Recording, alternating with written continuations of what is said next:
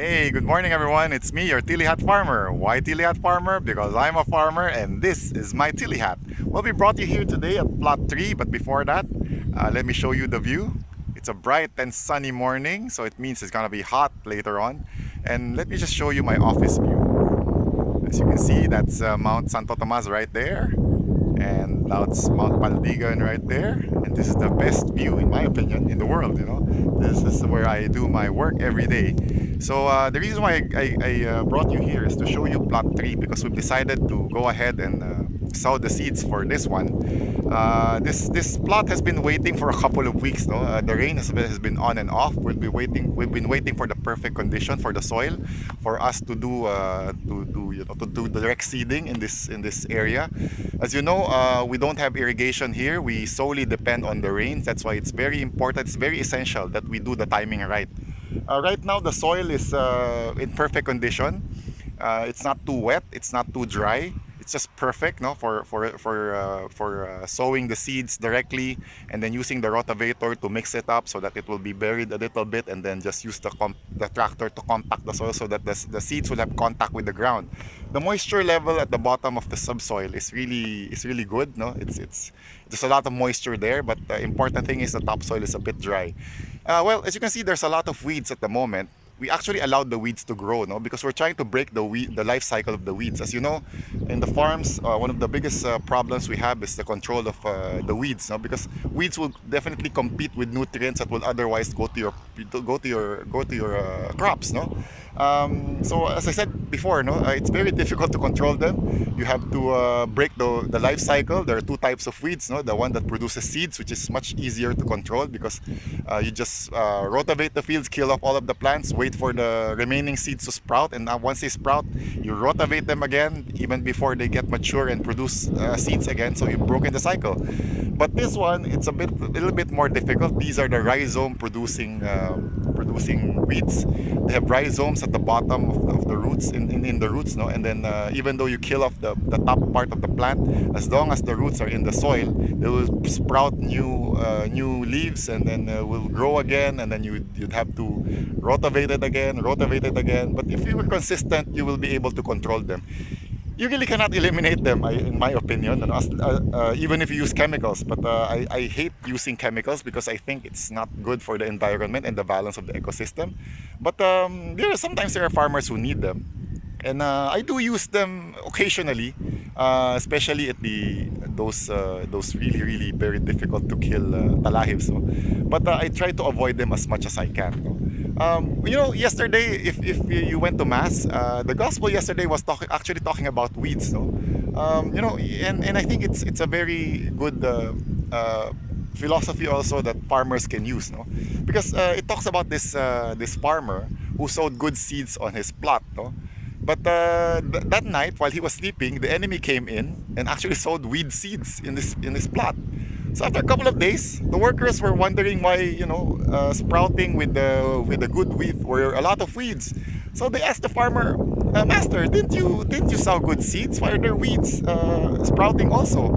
So the master says, "Oh, maybe it's the enemy. No, the enemy sowed the weed seeds." So the worker said, "Would you like us to pull out the weeds?" And then the farmer said, "No, don't, because you might damage the good wheat when you pull the weeds. No, just wait for them to mature, and then during the harvest time, we'll just ask the harvesters to separate the wheat from the weeds. You bundle the weeds and just burn them in the furnace." No. For those of you who are struggling and trying to understand why God allows evil in this world, you become impatient why God doesn't punish them. Well, this is, I think, the best explanation that God will have for us. No, let's just trust in His plan and trust in His timing. That the time will come, that judgment will come, and then punishment will be given to those who choose to do evil in this world. Well, anyway, back to the fields. So we've decided to go ahead and sow the seeds today. My farm colleagues are actually preparing the tractor, preparing the seeds. So later on, we'll show you how it's done. We'll sow these 4 plots with actually a new kind of seed. No, this is the first time that we'll be using this kind of seed. It's called the Longping hybrid seed. It's a hybrid variety. unlike the usual that I use here in the farm, which is the R160, which is what we usually eat here inside the farm, no?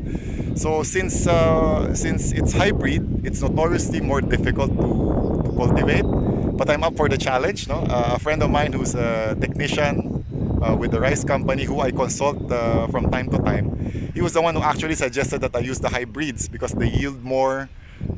He says that it tastes good, but I think R160 is one of the best tasting rice, no?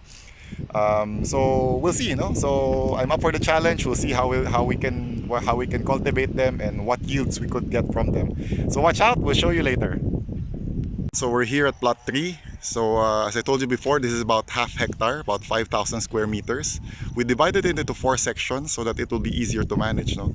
So this is the seed that we'll be using for today. This is the Longping hybrid rice seeds. I got this from the Department of Agriculture's Rice Competency Program. They actually give free seeds to farmers. Just register with your local municipal agricultural officer. The recommended density for this one, since it's hybrid, is about 15 kilograms per hectare if you are using the seed bed method. No? For with this one, we'll be using direct sowing. So we decided, and it is recommended to use twice the sowing density. So we prepared 18 kilograms for this plot over here. It's a little bit more than what is recommended, which is 30 kilos per hectare. But since it's dry, it's rain fed, so to increase the chances of the seeds germinating, we've increased the sowing density. So this is the tractor that we'll be using. The rotavator is already installed. So what will happen is after sowing the seeds in the soil at the rate that we want, we use the rotavator to mix up the seeds and the soil together, and then use the tractor wheels to compact the soil so that the seeds will have contact with the soil. Okay, so we've already portioned about 4.5 kilograms for each plot, and this is our farmhand Danny. He will be the one doing the direct sowing. This is a skill that's actually important for farmers. No? They have to know how to broadcast the seeds so that they will get the proper density that we want. So with this one, we've instructed Danny to just broadcast 4.5 kilograms of the palay seeds, which he's doing right now. So it's very important that we spread the seeds evenly, so that when they grow, they won't be concentrated in several areas, while some areas will be sparse. No.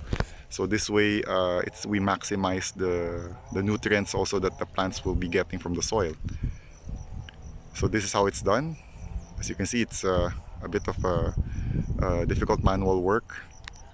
Although, you know, this is less work than the traditional lipat tanim, no, where you grow them in seed beds and then wait for them to grow for about 20 days, pull them out, and then ask more people to transplant the seedlings to the soil, and you have to really flood the soil for that one. Also, that will use a lot of water, a lot of manpower, but it will yield better, no? Because you're ensured of the uniformity of the plants. While with this one, it really depends on environmental situations, no? How if they will ever sprout. A lot of factors also. Will they be buried deep? Will the birds get to them before they sprout? No? Will it rain? So there's a lot of factors. No? But with this one, there's less work. So I think a lot of farmers now in the area are actually adopting this method, no? Especially for us whose fields are solely dependent on the rain or sahod ulan. And later on, we'll be using the tractor to mix the seeds with the soil using this rotavator, and then we'll compact it. Okay, we're just about finished sowing the seeds here at the first box of our plot. No? There's 3 more boxes actually. This is the first one. So there are 4 up till that end over there.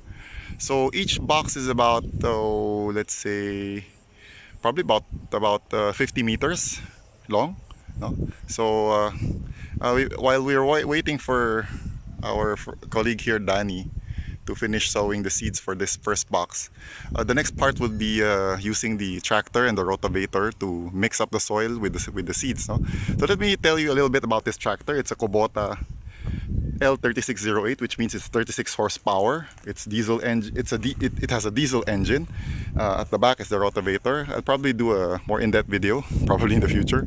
But let me show you how. Well, let's do a short tractor demonstration here. So the cockpit is not unlike any car you have. No, so you have your seat, your steering, your dashboard. Your instrument cluster, and then a couple of levers and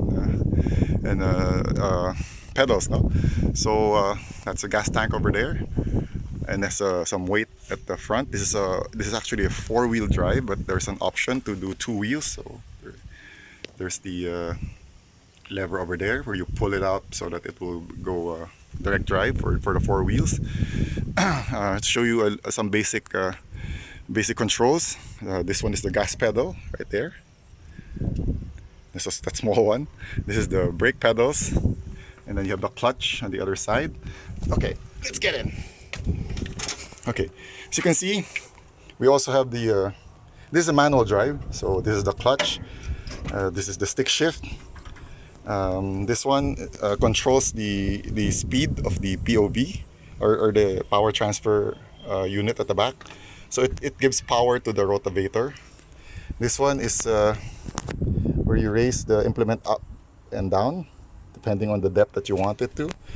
And then this one is actually the gas pedal, but it's hand operated. So there's a turtle if you want it slower, and then the rabbit if you want it faster. Now, unlike most manual cars, this one, although it has a stick shift for 4 gears, first gear to fourth gear, it also have the forward and reverse lever here. And then this one is actually if you want it slow speed or high speed. No, so this is the neutral position. If you want it to be at low gear, low speed, you pull it back here for the rabbit. And if you want it to go faster, you pull it up here for the rabbit. No? So the controls are pretty basic. You have your turn signal, because some of these tractors actually, you know, go to the roads coming from the farmer's home to their fields. You know? And then here you have your ignition. It also have the glow plug to heat up the cylinder heads, stop sign if you want it to turn off and to turn on, and everything. So this is the steering wheel. No, so at the back, that's the rotavator over there. So we'll do a short demo, and then later on we'll ask our friend Ricky. I think we just finished sowing the seeds. So like any vehicle, make sure that the tractor is in neutral. Step on the clutch, and then here's how you start it.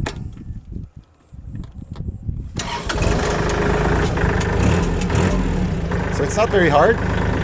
So if you want to go forward, you just go to the gear that you want, right? So for this one, we'll go to second gear, and then put this lever to forward. We'll go slow. We'll go slow this time, so that, and then step on the brake, then release the clutch. So that's how you drive a tractor.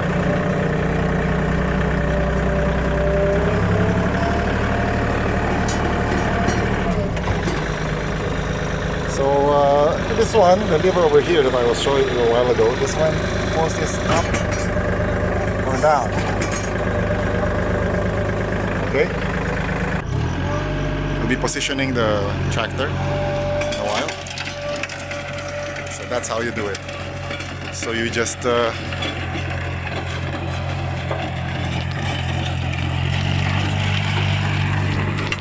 okay. So that's how you rotavate it, to mix the soil with the seeds so that they'll go under the subsoil. As you can see, the soil moisture is quite good. We have good moisture at the bottom. So later on, while he does that, we'll use the tractor to compact the soil. So as you can see, the seeds has been mixed with the soil. No? But it's also very important to make sure that you compact the soil using the tractor's wheels, no? This way you'll make sure that the seeds will be in contact with the ground, no? If you don't do that, the seeds will be hanging in a way, in the soil, so that when the root sprouts, it will be having a difficult time trying to penetrate the subsoil where the moisture is. So that'll give the plant a much harder time, no? Unless it rains, no? But like I said a while ago, with this one, where we are depending on the rain, no? We don't have irrigation here, so water is kind of scarce, no? Unless we use water pumps to irrigate, no? Okay, so here we'll show you another view while we do the rotavating. So you really have to make sure it's not too deep, no? So we have here with Mount Santo Tomas in the background. Best office view in the world. Okay, so we'll follow around the tractor for a while for you to enjoy. You know, it's really fun to drive a tractor. I find it very meditating. You know, with the hum of the engine, trying to concentrate on where you're going, and then thinking about what will happen to the seeds once they grow. It's kind of fulfilling, actually. So we're trying to make sure that the seeds will get to that moist part of the soil. Here's a close-up view. What's going on in that rotavator.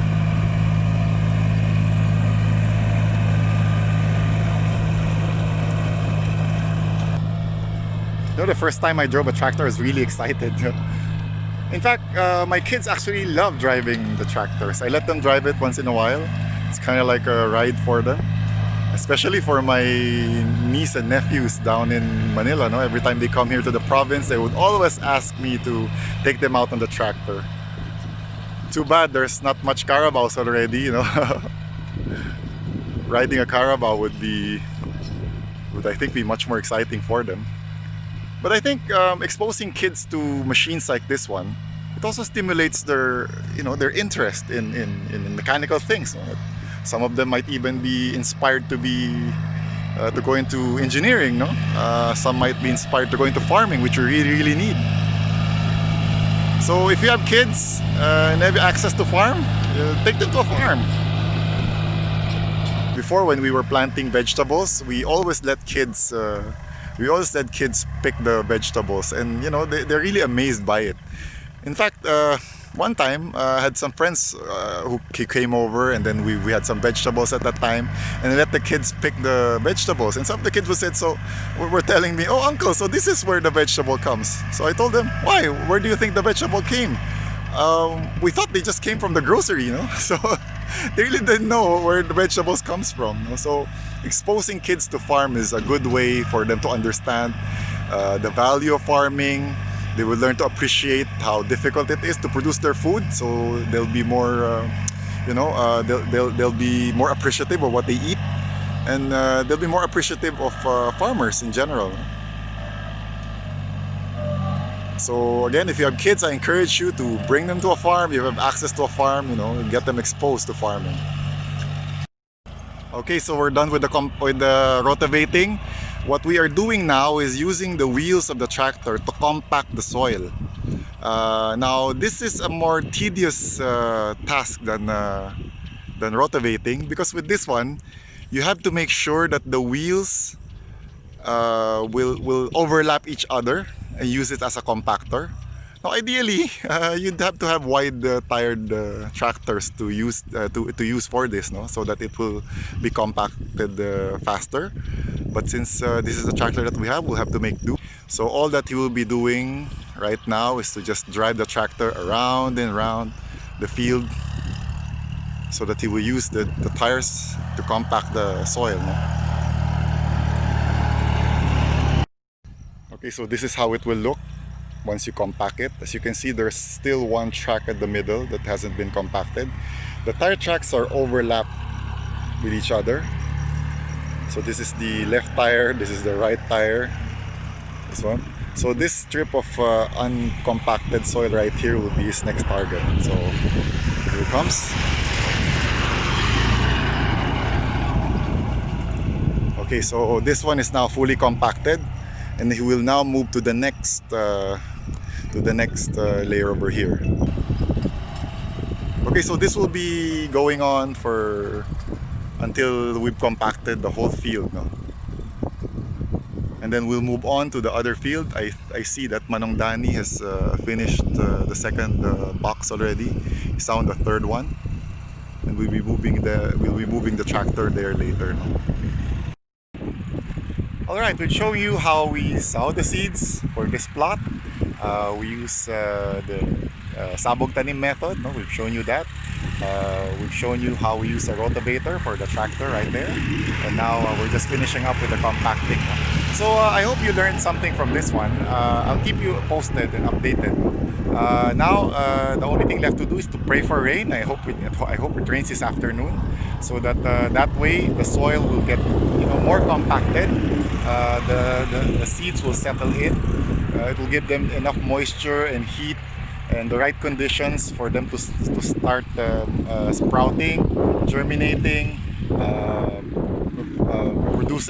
developing their root system. And I hope those root system will somehow find its way down to the subsoil for the moisture. So again, this is your Tilihat farmer. We'll be giving you updates on this field, in the next few days. Like anything, we join me in praying. We pray for God to bless this field, to bless the seeds so that they will sprout. For God to provide rain and moisture for this field, because I do believe that our Lord is the provider of everything, and without Him, no matter how much effort that man gives, if God does not allow it, they won't grow. I've always said, man sows, but God grows. So again, this is your Tilihat farmer, wishing you a good day today and happy farming. See you next time. Now, if you haven't done so, subscribe to my channel. And if you have any questions, comments, just leave it in the comment box and I'll appreciate them. If you have any suggestions on how to improve the farming, how to improve my videos, and suggestions on what topics that you'd like to see in the future. So again, this is your Tilihat farmer saying have a great day everyone and happy farming.